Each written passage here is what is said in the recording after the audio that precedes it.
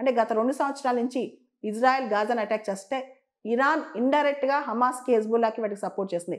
ఇప్పుడు డైరెక్ట్గా Iran Israel ప్రత్యక్షంగా యుద్ధంలో దిగాయన్నమాట. చాలా డైరెక్ట్ వార్ అనమాట. అయితే ఇక్కడ మనం ఇరాన్ చరిత్ర కూడా తెలుసుకోవాలి. 1979 రెవల్యూషన్ 1979లో ఇరాన్లో విప్లవం వచ్చింది. దాన్నే ఇరానియన్ రెవల్యూషన్ అంటాం. అంతకుముందు ఇరాన్ వెస్ట్రన్ కంట్రీస్తో అప్పట్లో ఉన్న పెహ్లవీ డైనస్టీ ఈ వెస్ట్రన్ కంట్రీస్తో చాలా క్లోజ్గా ఉండేది.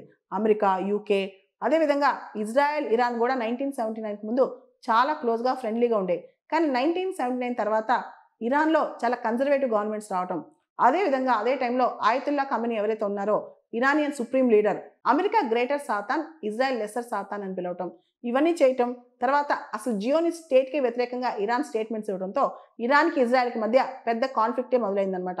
ఇప్పుడు అది డైరెక్ట్గా యుద్ధంలాగా మారింది. ఇప్పుడు ఇరాన్ ఒకటి చెప్తుంది, యుఎస్ కనుక సపోర్ట్ చేసినా, యూకే సపోర్ట్ చేసినా, లేదా ఫ్రాన్స్ సపోర్ట్ చేసినా వాళ్ళని కూడా అటాక్ చేస్తామని చెప్పి యూకే కూడా ఇప్పుడు తన మిలిటరీ అసెట్స్ ఇవన్నీ కూడా సెక్యూర్ చేసుకుని వాటిని ఈ మిడిల్ ఈస్ట్ వైపు శక్తివంతంగా ఎక్కడైతే యూకే బేసెస్ ఉన్నాయో వాటి వైపు పంపిస్తుంది అనమాట. ఒకవేళ కనుక ఇరాన్ కనుక ఏమైనా అటాక్ చేసినా తట్టుకోవడానికి. సో ఇరాన్ ఇప్పుడు అందరికీ పెద్ద థ్రెట్ అని చెప్పి అమెరికా కానీ, యూకే కానీ, ఫ్రాన్స్ కానీ ఇవన్నీ కూడా భావించడం స్టార్ట్ చేస్తున్నాయి.